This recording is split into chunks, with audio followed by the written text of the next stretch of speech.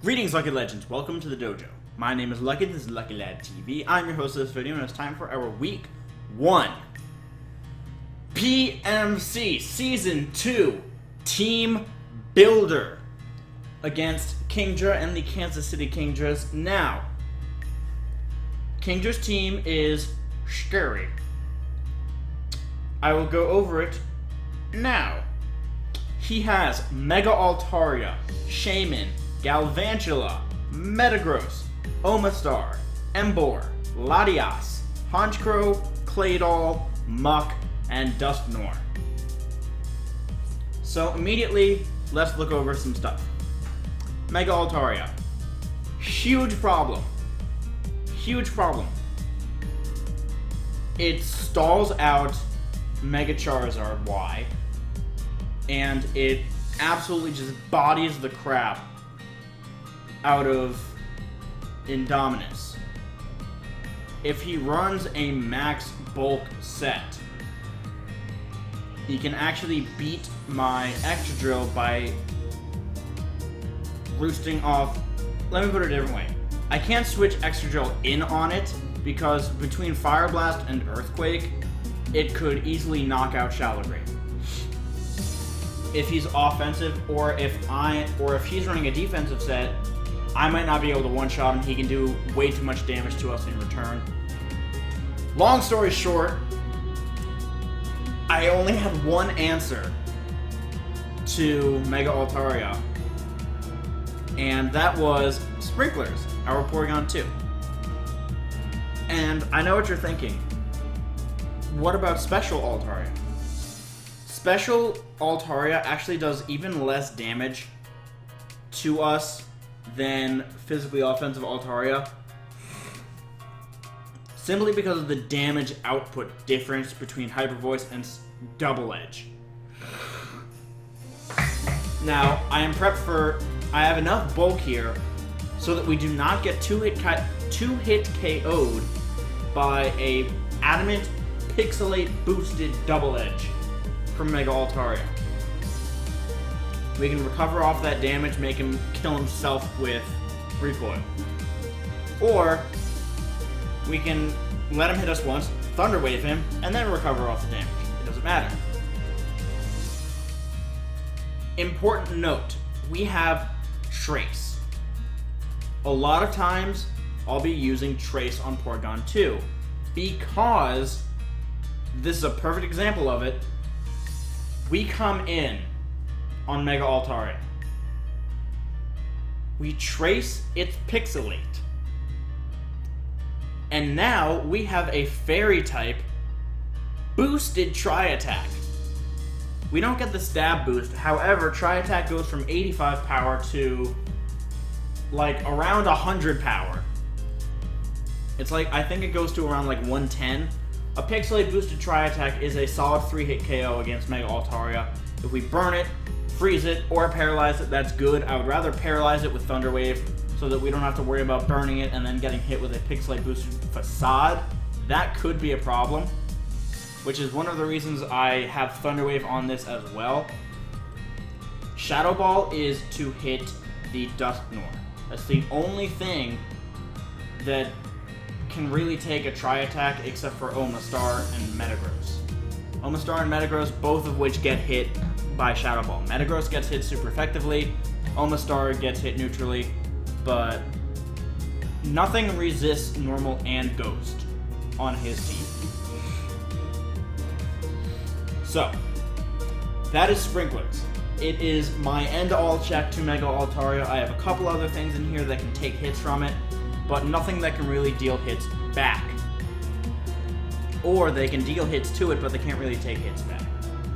So, the next mon that I actually had for the squad was Green Lantern, our Focus Sash, Azelf. Now, the reason we are running max speed is to make sure that we outspeed Galvantula.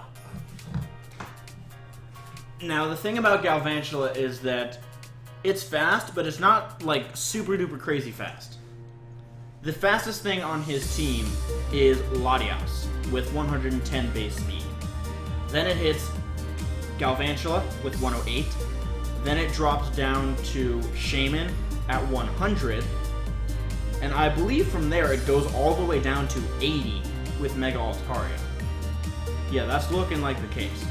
So a big speed drop.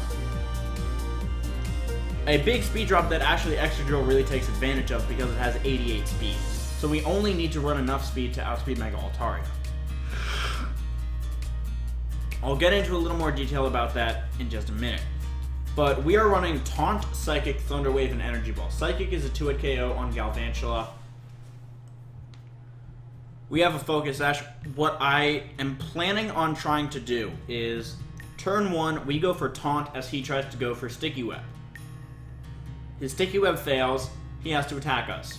We go for Psychic, bring it below half. He goes for Bug Buzz, trying to kill us. We go down to our Focus Sash. We Psychic him, take him out. Galvantula's gone. He brings in, let's say, Latias or Honchkrow or something like that.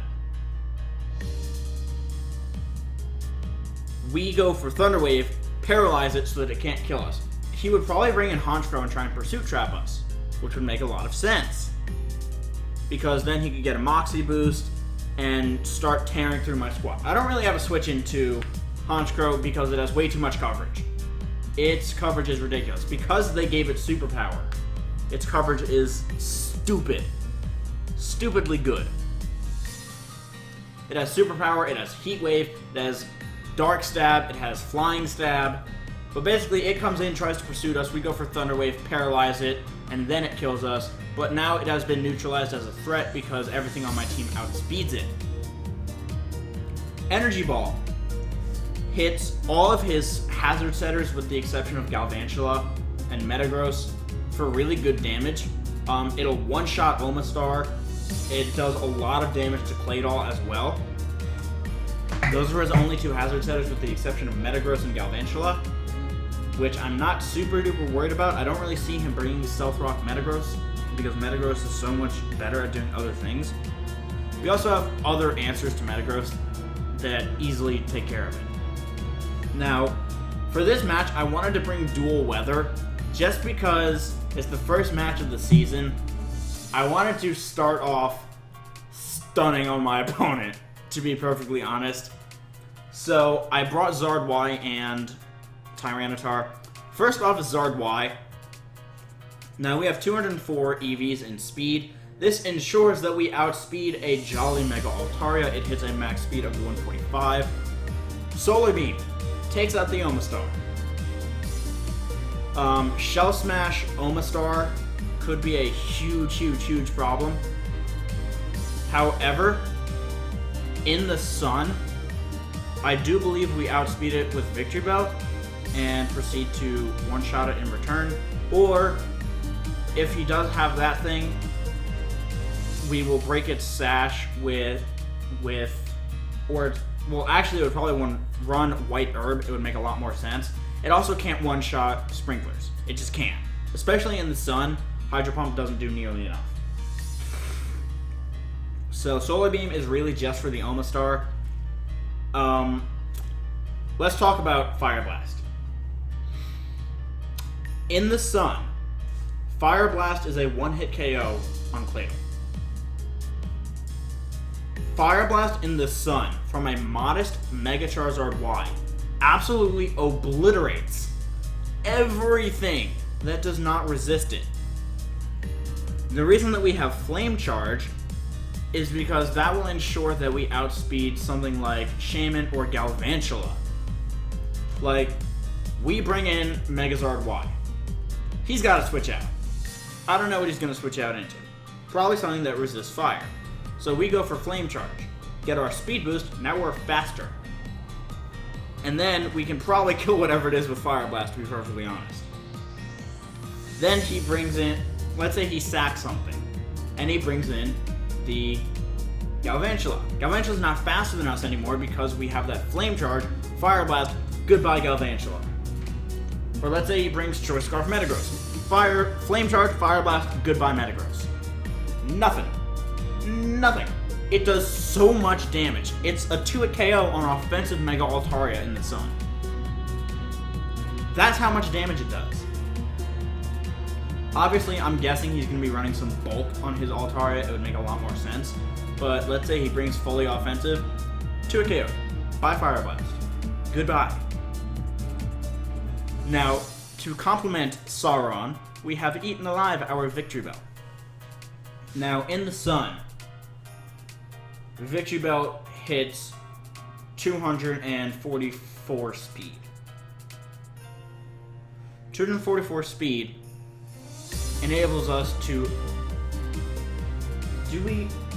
Hold on. I need to go double check this because I don't remember. So I know that Latias hits a max speed of 178. 178. Let's see. 178 times 1.5 is 267. So we don't hit that speed. What was I trying to outspeed then? Shaman? Choice Scarf Shaman? Maybe? Let's see. 167 times 1.5 is 250. No, we're not going to outspeed that. Maybe it was Choice Scarf Honchkrow. Or... Oh no, I think it was a +1 Mega Altaria. That's what it was. Because 145 times 1.5... Or not Choice Scarf, +1 Mega Altaria. We do outspeed. That's what I was worried about. I wasn't really worried about Latias. Putting a Choice Scarf on Latias is dumb.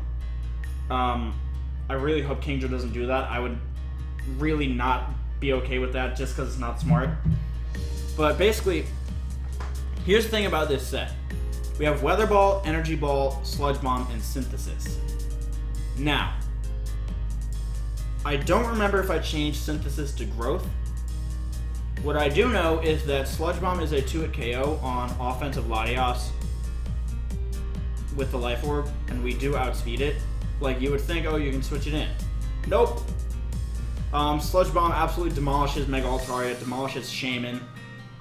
Weather Ball is for stuff like Metagross and Galvantula. Weather Ball does a shitload to Metagross because it's boosted to 100 base power and Fire type in the sun. It really just roasts things alive. I predict Victory Belt to get some kills this week. Originally, as I said, I had Venusaur. And I really would have preferred to keep Venusaur, but it doesn't fucking get Weather Ball. It gets HP Fire, which is garbage in comparison. Because I need that Chlorophyll. I need it. That's the whole point of this Pokemon. I like Venusaur a lot. It's really good. It doesn't get Weather Ball. That's a problem. Because Hidden Power Fire does so much less damage. It doesn't even 2-hit KO Metagross if it's Assault Vest. That's a problem. Weather Ball does. 2-hit KO's Assault Vest Metagross. So, that was my little Sun Core right there. Next, I wanted my Sand Core. So, I grabbed Indominus. Now, let's go over this spread. Pursuit kills Latias. Period. With 180 EVs into attack. Adamant Nature, we kill Latias. Period. If he's switching out, dead. If he stays in, 2-hit KO. Goodbye. Crunch, one-shots Latias. Period. Goodbye. Unless he's running like some super crazy max defense set, in which case he gets 2-hit KO'd and he can't even touch us in return. With this spread, we do not get 2-hit KO'd by Life Orb Draco Meteor in the sand with our Leftovers Recovery. The reason I'm running max speed is actually so that we can outspeed Muck. I know that sounds kind of crazy. Muck has base 50 speed. At max speed Jolly, it hits 112. I actually wanted to outspeed that. It was kind of important to me because Muck gets Drain Punch. I don't want to get hit with a Drain Punch. I'd rather Earthquake it and do some really heavy damage to it. Honchkrow is still a problem. Simply because Honchkrow, of course, has Moxie, it has Superpower, Dark Stab. I already went over all that. So, honestly, I just need to be able to take care of Honchkrow safely without losing a Pokemon. That's the thing. I need to, catch it on a switch. But the last piece of my big old puzzle is Shallow Grave, our X-Drill, with the Expert Belt. we have Rapid Spin. The reason for that, Sticky Webs, Spikes, I believe he has Toxic Spike somewhere on his team, but he might not, and Stealth Rock. He has a lot of potential hazards on his team that I really would like to get rid of. X-Scissor is for Shaman and Latias. X-Scissor is stronger than Iron Head against both those Pokemon because it is super effective. It's a 2-hit KO or a 1-hit KO, depending on the spreads. Actually, I'm pretty sure it's only a 2-hit KO. It actually might be a 1-hit KO on Latias if he's running, max offense. I know it's a 2-hit KO on Shaman. Iron Head hits Mega Altaria for crazy damage. It usually kills unless I think he has max defense. That's really the only reason I have Iron Head. Earthquake hits pretty much everything else. Earthquake hits Dusknoir, Muck, it hits Emboar, it hits Omastar, it hits Metagross, it hits Galvantula. Iron Head hits Mega Altaria, and X-Scissor hits the Claydol, it hits the Honchkrow.